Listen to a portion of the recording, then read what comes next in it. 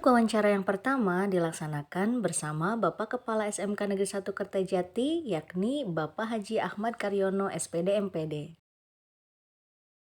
Untuk pertanyaan pertama, Bapak selama ini bagaimana Bapak dapat mengidentifikasi kasus-kasus yang merupakan dilema etika atau bujukan moral?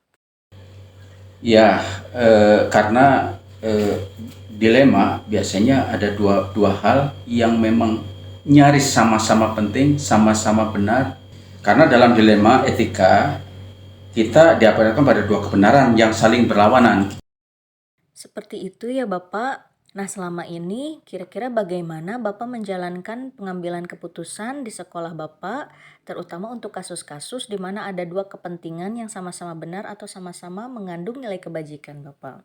Dalam mengambil suatu keputusan, saya harus selalu berpegang teguh pada nilai-nilai kebenaran, terutamanya norma-norma hukum maupun norma-norma agama barangkali. Kalau di kita dengan kode etik itu seperti itu. Dan saya selalu berharap bahwa ketika saya menyelesaikan masalah ini akan berdampak beberapa waktu yang akan datang, itu akan lebih bagus, itu seperti itu. Baik Bapak, berarti setiap keputusan yang Bapak ambil itu selain juga manfaatnya bisa dirasakan sekarang, tetapi juga dampaknya bisa dirasakan di kemudian hari ya Bapak. Nah kemudian Bapak, langkah-langkah atau prosedur seperti apa yang biasa Bapak lakukan selama ini Bapak? Terhadap pilihan apa yang akan saya lakukan, tergantung masalahnya. Kalau masalah akademis ya tentunya saya akan mengkonfirmasi, meminta pendapatnya pada guru yang terkait dengan akademis tertentu. Kemudian kalau masalah-masalah moral atau masalah-masalah kasus-kasus yang berkembang di masyarakat, tentunya akan berkoordinasi dan meminta pendapat pada wakasek kesiswaan maupun guru-guru BK yang terkait, dan tentunya di situ wali kelas yang juga akan terlibat yang akan saya mintai pendapatnya. Nah kemudian kira-kira hal apa saja yang selama ini Bapak anggap efektif dalam pengambilan keputusan pada kasus-kasus dilema etika? Meminta pendapat dari teman-teman yang sekiranya mampu untuk mengatasi masalah yang terkait dengan masalah tersebut, mengkonfirmasi pendapat dari beberapa teman, kemudian saya bandingkan dengan pendapat dari saya, akhirnya akan saya putuskan sesuai dengan yang mungkin bisa kami putuskan, tentunya yang nantinya bisa menguntungkan untuk semua pihak, bukan hanya menguntungkan pihak tertentu tapi semuanya. Dan dampak dari putusan yang saya ambil itu nanti akan mengandung pesan-pesan moral yang memang diharapkan oleh semua lapisan masyarakat, baik itu siswa maupun guru itu sendiri. Nah baik Bapak, kemudian hal-hal apa saja yang selama ini yang menjadi tantangan untuk Bapak dalam pengambilan keputusan pada kasus-kasus dilema etika Pak? Tantangannya kita harus memilih salah satu keputusan, walaupun mungkin nanti ditemukan ada yang mungkin akan merasa puas, ada pula yang merasa dikecewakan dengan keputusan ini. Kadang-kadang antara menegakkan keadilan dengan rasa kasihan, itu seperti itu. Tapi yang saya tekankan nanti akan kita memilih suatu keputusan itu sesuai dengan hal yang memang menguntungkan untuk semua pihak. Meskipun memang kita selalu meminimalisir seminimal mungkin bahwa keputusan itu akan banyak mengecewakan orang. Jadi kita minimalisir sehingga nanti keputusan yang saya ambil diharapkan nanti hanya sebagian kecil saja yang akan merasa kecewa ataupun tidak puas. Itu ya Pak ya. Nah kemudian Bapak, apakah Bapak itu memiliki sebuah jadwal tertentu Bapak dalam menyelesaikan kasus dilema etika? Apakah Bapak langsung menyelesaikan saat itu juga di tempat, atau Bapak memiliki sebuah jadwal untuk menyelesaikannya? Kemudian bentuk atau prosedurnya seperti apa Pak yang Bapak jalankan? Ini sebetulnya tergantung pada situasinya gitu ya. Ada memang masalah yang memang kita harus selesaikan secara berjenjang. Artinya kita melihat atau menyelesaikan masalah sesuai dengan orang-orang pada jenjang tertentu, gitu ya. Sehingga saya perlu memberikan jadwal. Akan tetapi jika kasusnya ringan, maka mungkin akan langsung diselesaikan saat itu juga. Namun jika kasusnya cukup berat, maka saya akan kaji lebih dalam lagi atau bahkan meminta saran atau masukan orang lain yang mungkin lebih berpengalaman. Seperti itu. Oh iya Bapak. Baik Bapak, kemudian Bapak, adakah kira-kira seseorang atau faktor-faktor apa yang selama ini mempermudah atau membantu Bapak dalam mengambil keputusan dalam kasus-kasus dilema etika tersebut, Pak? Tentu saja ada gitu ya. Mungkin saya selalu berupaya meminta saran ya. Di samping saya juga akan melihat aturan-aturan maupun etika yang memang berlaku di lembaga gitu ya. Kalau di sekolah mungkin kita sebagai guru ya kita melihat kode etiknya, kode etik guru. Dari situlah yang membantu, sehingga itu di situ akan muncul aturan-aturan yang akan menjadi panduan secara nyata dan meyakinkan dalam kita mengambil keputusan. Kemudian bisa dibantu juga oleh komite atau orang tua siswa, barangkali seperti itu. Karena bagaimanapun orang tua ini akan selalu berhubungan selama mungkin ketika berada di rumah. Mereka bisa membantu saya dalam mempertimbangkan suatu keputusan, sehingga saya bisa yakin untuk mengambil suatu keputusan tertentu. Satu pertanyaan lagi ya Bapak. Nah, dari semua hal yang telah disampaikan oleh Bapak, nah pembelajaran apa Bapak yang dapat dipetik dari pengalaman Bapak dalam mengambil keputusan dilema etika tersebut, Bapak?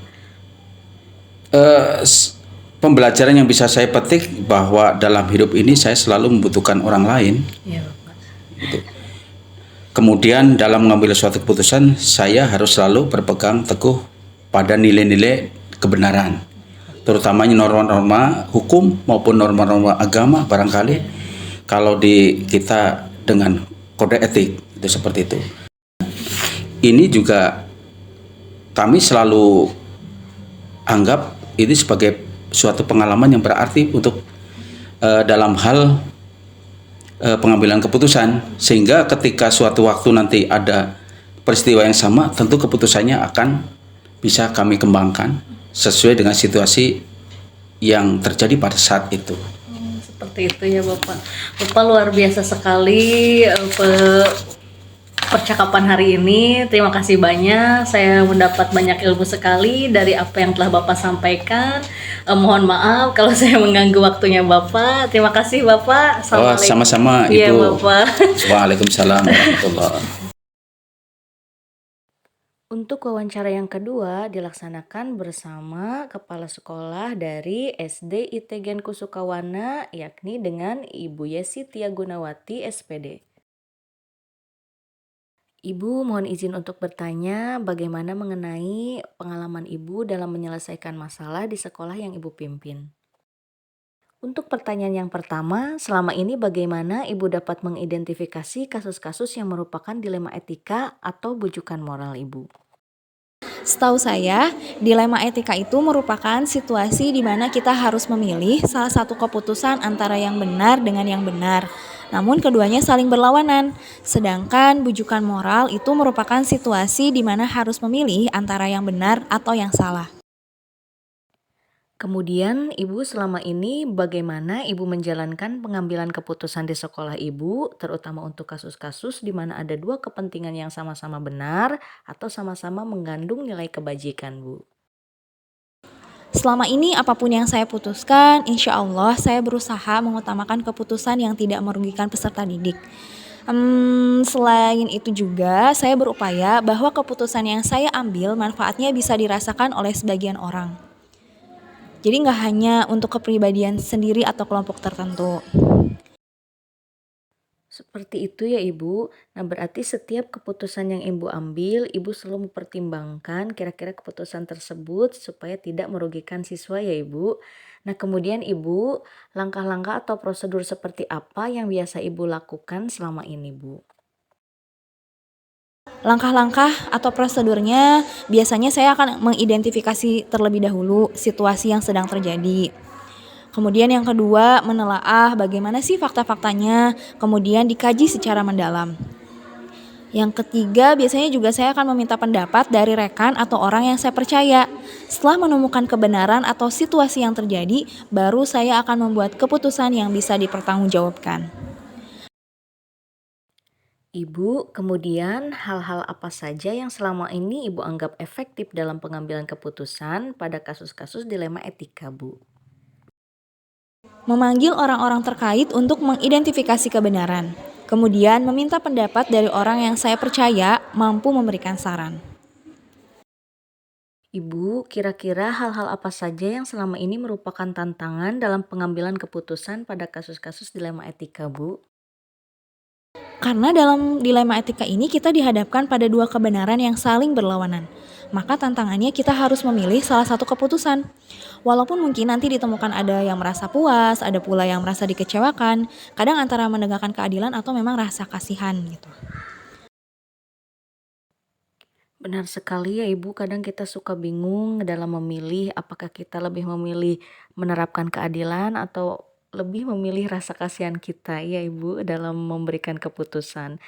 Nah, kemudian Ibu, apakah Ibu memiliki sebuah jadwal tertentu dalam sebuah penyelesaian kasus dilema etika? Apakah Ibu langsung menyelesaikan di tempat atau mungkin Ibu memiliki sebuah jadwal untuk menyelesaikannya dan bagaimana bentuk atau prosedur seperti apa yang akan Ibu jalankan? Tergantung situasinya sih, kalau misalnya kasusnya ringan, maka mungkin akan langsung saya selesaikan. Namun jika kasusnya berat, saya akan kaji lebih dalam lagi, atau bahkan meminta saran, masukan dari orang lain terlebih dahulu. Nah, kira-kira Ibu adakah seseorang atau faktor-faktor apa yang selama ini mempermudah atau membantu Ibu dalam pengambilan keputusan dalam kasus-kasus dilema etika tersebut, Bu? Tentu saja ada, saya selalu berupaya meminta saran atau masukan dari wakasek ataupun warga sekolah. Kemudian bisa dibantu juga oleh komite atau orang tua siswa. Mereka membantu saya mempertimbangkan suatu keputusan, sehingga saya bisa yakin untuk mengambil suatu keputusan tertentu. Nah, Ibu, dari semua hal yang tadi disampaikan, kira-kira pembelajaran apa yang dapat Ibu petik dari pengalaman Ibu mengambil keputusan dilema etika tersebut, Ibu? Pembelajaran yang bisa saya petik bahwa dalam hidup ini saya selalu membutuhkan orang lain. Kemudian dalam mengambil suatu keputusan, saya harus selalu berpegang teguh pada nilai-nilai kebenaran. Baik, terima kasih Ibu atas bantuannya dan sudah berkenan untuk diwawancari oleh saya. Saya sangat senang sekali, saya bisa memetik banyak sekali pembelajaran dari apa yang telah Ibu sampaikan kepada saya mengenai cara pengambilan keputusan. Terima kasih Ibu.